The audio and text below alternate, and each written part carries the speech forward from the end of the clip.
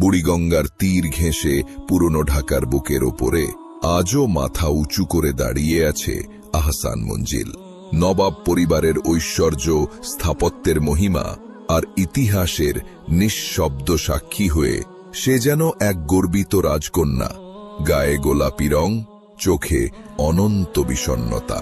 এই রঙের নিচে চাপা পড়ে আছে অনেক অজানা সত্য।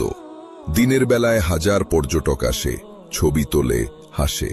তাদের পদধ্বনিতে চাপা পড়ে যায় শত বছরের পুরনো চাপা কান্না। কেউ ফিসফিস করে কিছু বললেও কোলাহলে তা হারিয়ে যায়। কিন্তু রাত নামলে, যখন নদীর জলে চাঁদের আলো পড়ে, তখন এই প্রাসাদের উত্তর বারান্দায় যেন কেউ চুপ করে হাঁটে। সেই হেঁটে চলার শব্দে পুরনো কাঠ মচমচ করে না, কিন্তু এক অদ্ভুত নীরবতা যেন আরো প্রকট হয়। আর নদীর কাছে জলে তখনও এক মৃদু ঝাপটা শোনা যায়, যেন কেউ খুব ধীরে দুঃখ ভরে পা টিপে হাঁটছে। সেই শব্দে কোনো ঢেউ ওঠে না, কেবল বাতাস ভারী হয়ে আসে।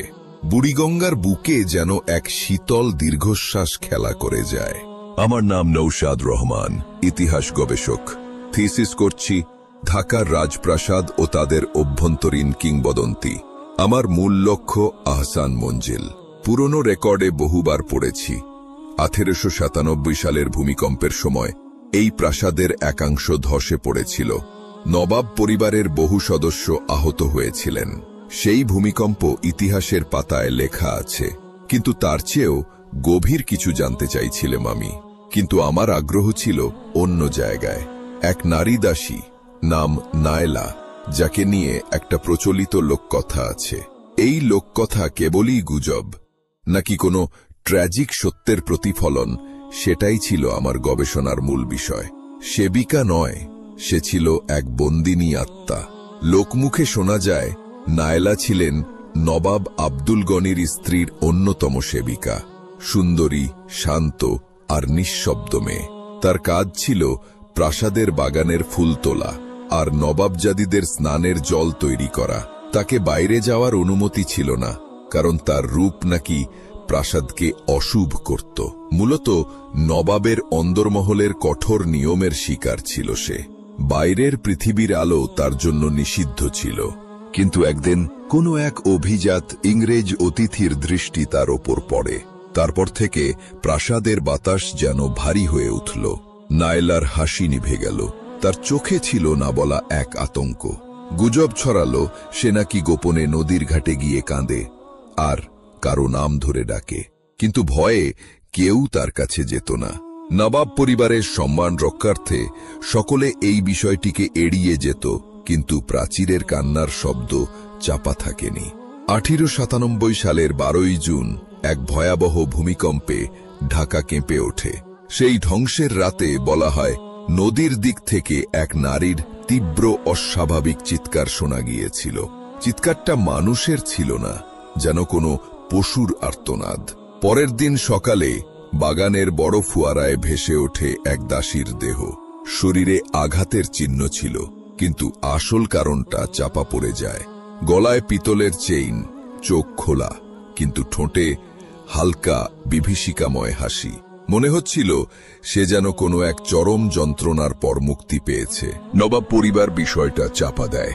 দ্রুত দেহটিটি সরানো হয়, ফোয়ারাটা বন্ধ করে দেওয়া হয়, আর নদীর ঘাটের সিঁড়িতে এক অদ্ভুত লালচে দাগ দেখা দেয়, যা কোনোভাবেই মোছা যায়নি। যতবারই পরিষ্কার করা হোক, ভোরে আবার সেই দাগ দেখা যেত।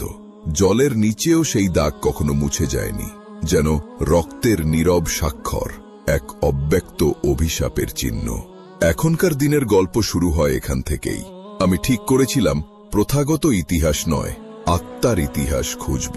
আমি রাতে অনুমতি নিয়ে প্রাসাদের ভেতরে ঢুকেছিলাম। ইতিহাস আর গল্পের সত্যতা যাচাই করাই ছিল আমার উদ্দেশ্য। আমার মনে তখন উত্তেজনা এবং এক অজানা ভয়, দুইয়েরই মিশ্রণ। গার্ড রশিদ ভাই, যার পরিবার 3 পুরুষ ধরে এখানে কাজ করে, তিনি আমাকে বলে দিলেন, স্যার, যত গবেষণা করেন, কিন্তু বাগানের ফোয়ারার পাশে বেশিক্ষণ দাঁড়াবেন না। রাতে জল ওখানে নিজে থেকেই ওঠে। শব্দটা আসে নদীর দিক থেকে, কিন্তু জল ফোয়ারাতেই ওঠে। রশিদ ভাইয়ের চোখ দুটো ছিল শুকনো, অভিজ্ঞতার ভারে ভারী। আমি হাসলাম। রাতে কুয়াশা পড়ে, তাই হয়তো এমন হয়। রশিদ ভাই ঠান্ডা স্বরে বলল, কুয়াশা জল তো ওঠে না স্যার, কারো নিঃশ্বাসে ওঠে। অনেকদিন জল না পেলে মানুষ যেমন হাঁপায়, সে জল চায় স্যার। ঘড়ির কাঁটা তখন রাত 12:45। তিথিটি ছিল অমাবস্যা পার হয়ে আসা রাত।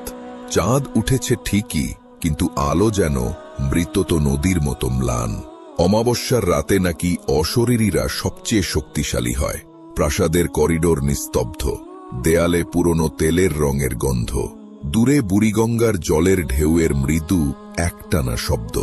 সেই শব্দ যেন মনে হচ্ছিল দূর থেকে কেউ কাঁদছে। আমি আমার টর্চ জ্বালিয়ে বাগানের দিকে গেলাম। আমার হৃৎস্পন্দন বাড়তে শুরু করেছে। মনে হচ্ছিল কেউ যেন আমার পিছু নিয়েছে, কিন্তু সাহস করে পেছনে তাকাতে পারছিলাম না। ফোয়ারার পারে এসে দাঁড়াতেই শরীরটা হঠাৎ কেমন বরফের মতো ঠান্ডা হয়ে গেল। চারপাশের বাতাস যেন অন্য জগতের। শরীরের লোম দাঁড়িয়ে গেল। জল থেমে আছে, কিন্তু ভেতর থেকে হালকা বোবল উঠছে, যেন ফুটন্ত জলের মতো। শব্দ নেই, যেন জলের নিচে কিছু একটা জীবন্ত কিন্তু নিঃশব্দে শ্বাস নিচ্ছে। আমি নিচে তাকিয়ে ক্যামেরা তুললাম। এটা প্রমাণ হিসেবে দরকার। যে কোনো মূল্যে ছবিটা তুলতে হবে। ফ্ল্যাশ জ্বলে উঠল। এক ঝলক আলোয় ফোয়ারার কালো জলটা যেন আরো রহস্যময় হয়ে গেল। তারপরেই জল নড়ল। কোনো বাতাস ছিল না, তবুও আমার পায়ের কাছ থেকে ঠান্ডা স্রোত যেন ভেতরে ঢুকে গেল। এক মুহূর্তে মনে হল কেউ যেন জলের নিচ থেকে ঠান্ডা দীর্ঘ নিঃশ্বাস ফেলছে, শব্দহীন, কেবল বুদবুদ, যেন শত বছরের তৃষ্ণা নিয়ে কেউ শ্বাস ফেলছে। আমি ভেবেছিলাম হয়তো বাতাসের খেলা, কিন্তু তখনই একটা জিনিস দেখলাম। জলের ভেতর একটা আঙুলের ছাপ ধীরে ধীরে ওপরে উঠছে। সেটা ছিল অস্বাভাবিক লম্বা আর সরু আঙুল। ফেনার ভেতর এক নারীর হাতের ছায়া, লম্বা নখ, যেন জল ছুঁয়ে মুক্তি পেতে চাইছে। সেই হাত যেন আমাকে জলের গভীরে টেনে নিতে চাইছে। আমার বুক কেঁপে উঠল। টর্চটা আমার হাত কাঁপছিল, তবুও শক্ত করে ধরে রাখলাম। আমি পালাতে পারছিলাম না, যেন এক অদৃশ্য শক্তি আমাকে আটকে রেখেছে। ঠিক তখন আমার ঠিক পেছন থেকে একদম কানে ফিসফিস করে কেউ বলল, স্যার, জল দিবেন না কেন? আমি আতঙ্কে ঘুরে তাকালাম। আমার গলা শুকিয়ে কাঠ। একটা লালচে শাড়ি পরা নারী দাঁড়িয়ে আছে, মুখটা আধো আলোয় ঢাকা। তার শাড়ি ভেজা, জল চুইয়ে পড়ছে, কিন্তু পায়ের নিচে কোনো ছায়া নেই। চাঁদের আলো তার শরীর ভেদ করে মাটিতে পড়ছিল, যেন সে এ জগতের কেউ নয়। আমি ঠোঁট শুকিয়ে বললাম, কে আপনি? আমার স্বর আমার কানেই অচেনা লাগছিল। সে ধীরে ধীরে হাসল। সেই হাসিটা ঠোঁটে, কিন্তু চোখে পৌঁছায়নি। চোখ দুটো ছিল শূন্য, কিন্তু ভয়ঙ্কর এক আহ্বান ছিল তাতে। আমি তো এখানেই আছি স্যার, প্রতিদিন ফুল তুলতে আসি। তার কথায় কোনো আবেগ ছিল না, যেন শত বছরের পুরনো রেকর্ড বাজছে। আমি এক পা পিছিয়ে এলাম। পিছনে ফোয়ারা। আমার সমস্ত জ্ঞান বুদ্ধি যেন হিম হয়ে গেছে। তার চোখে ছিল নদীর মতো গভীর কালো, গভীর জলের মতো ঠান্ডা। আমি স্পষ্ট অনুভব করছিলাম তার শরীরের শীতলতা। সে বলল, ওরা তো আমার জলটা বন্ধ করে দিয়েছে, আপনি কি দেবেন না?